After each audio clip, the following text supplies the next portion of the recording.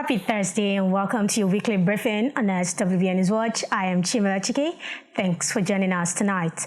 We have new updates on the Shakahola Forest Massacre. According to African News, two pastors based in coastal Kenya have appeared in court over the deaths of at least 110 congregants, many of whom are believed to have starved to death. Self-proclaimed Pastor Paul Ntenge Mackenzie appeared in the dock in Malindi, and according to prosecutors, he'll be facing terrorism charges over the deaths of more than 100 people found buried in what has been dubbed the Shakahola Forest Massacre. According to African News, the small courtroom was packed with relatives of the victims as Mackenzie was brought in by about half a dozen police officers, along with 8 other defendants. After a brief hearing, prosecutor Vivian Kambaka told AFP that the case was moved to the High Court in Kenya's second largest city of Mombasa, where the suspects will face terrorism charges. More than 100 bodies have been exhumed from dozens of mass graves on his property within Kilifi County. Children are believed to be among the dead, but it is unclear how many of them are children, as some of the bodies are in poor condition. Autopsies on 40 of the bodies found on Mackenzie's property revealed that the causes of death ranged from starvation to strangulation and suffocation. Meanwhile, Pastor Ezekiel Odero, whose church is in the same county as Mackenzie's, has also appeared in court in relation to the death of his congregants. Odero was arrested last week in connection to the deaths of dozens of his congregants at his mega church, which draws thousands of people from across the country. He's also being investigated for his links to Mackenzie. With talks of Christian extremism making the rounds in Kenya, a similar conversation is happening in Nigeria. A disturbing report confirmed by multiple mainstream sources has it that a bill seeking to establish an institution known as the National Center for Christian Education has passed the second reading at the Nigerian Senate. The legislation, sponsored by Binos Yaro, senator representing Adamawa South, seeks to, quote, regulate and set standards acceptable to the practice of Christianity in the country. Yaro said the inappropriate practice of religions in the country has caused problems in the past. Contributing to this debate, Stephanos Dian, senator representing Plateau North, said, quote, wrongly practiced religion has bred extremism. Also speaking about morals, senator representing Benue South said the bill is apt owing to the fact that some youths have been manipulated by extremist religious leaders. There is no gainsaying that part of the problem we have in some parts of the country is the inappropriate explanation of the Bible and the Quran, the senator said. The bill passed the second reading after it was put to a voice vote by Senate President Ahmad Lawan. Lawan has referred the bill to the Committees on Education for further legislative input. Men and brethren, does this story ring a bell? Let us know what you think in the comments section.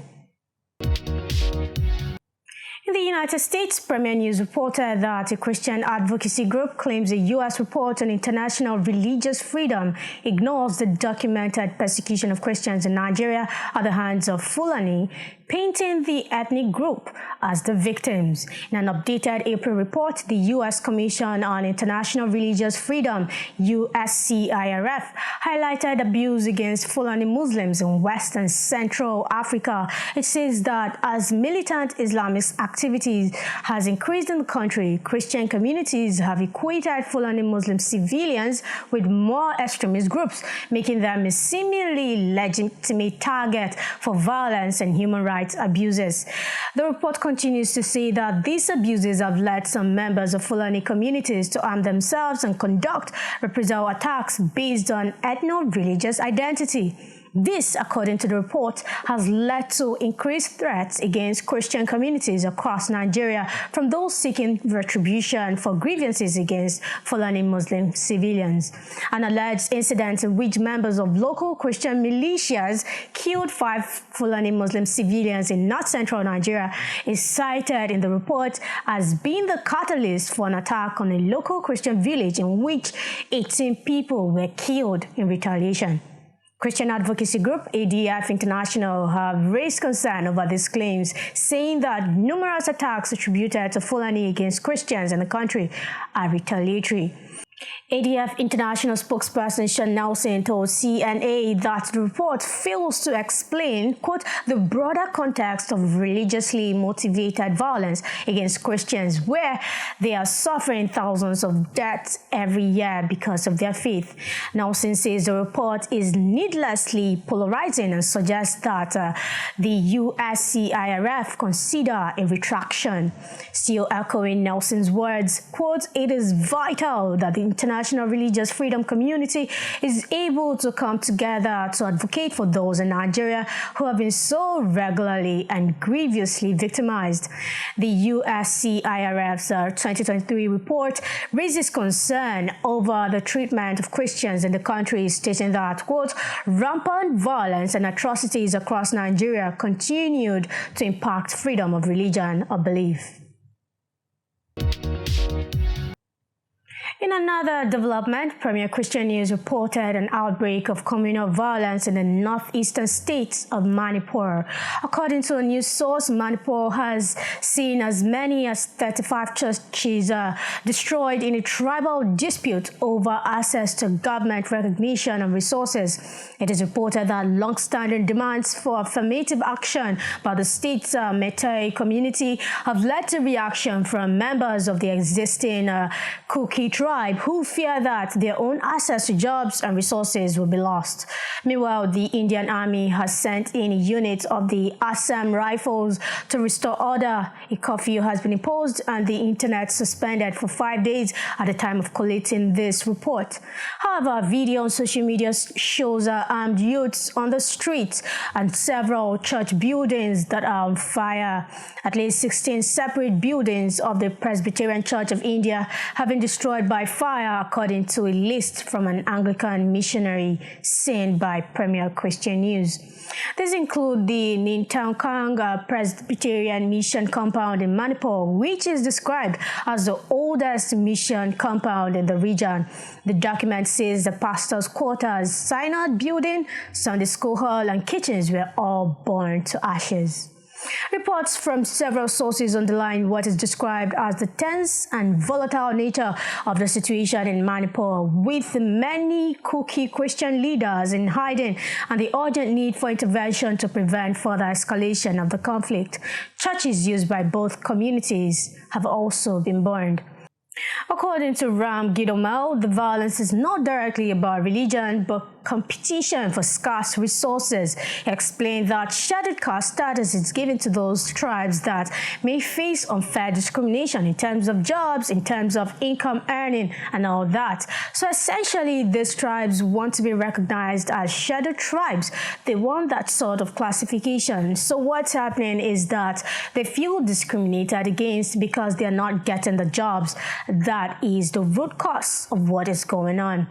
Ram Gidomao urged prayers for Manipur. In his words, quote, pray for peace, for reconciliation, for wisdom for all who are involved in this, and especially for the leaders, but pray also for the federal government to take this seriously and to seek to achieve a compromise between those who are seeking tribal status, he said.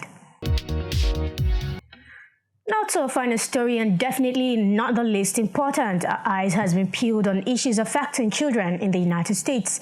On the latest updates on our watch, CBN News reported that parents across the country are concerned about the impact of social media on young children.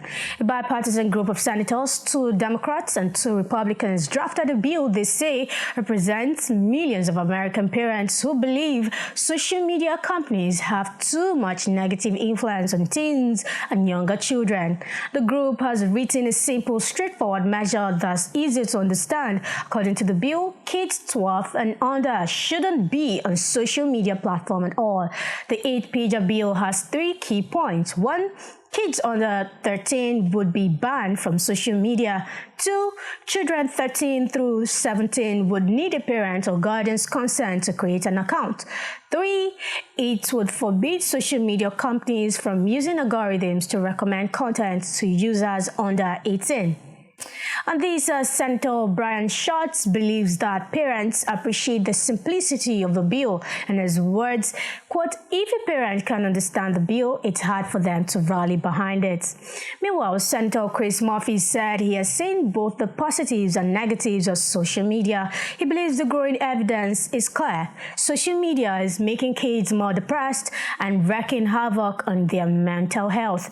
Meanwhile, the National Institute of Health found children under 18 are susceptible to social media health-related problems, including depression, eating disorders, and anxiety.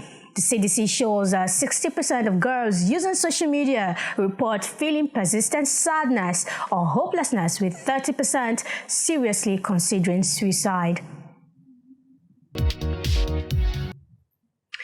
Now we've come to the end of this edition of the SWBN News Watch. Thank you so much for being with us tonight. Till we meet next Thursday, 9 p.m. I'm Chimera Chike. See you next time.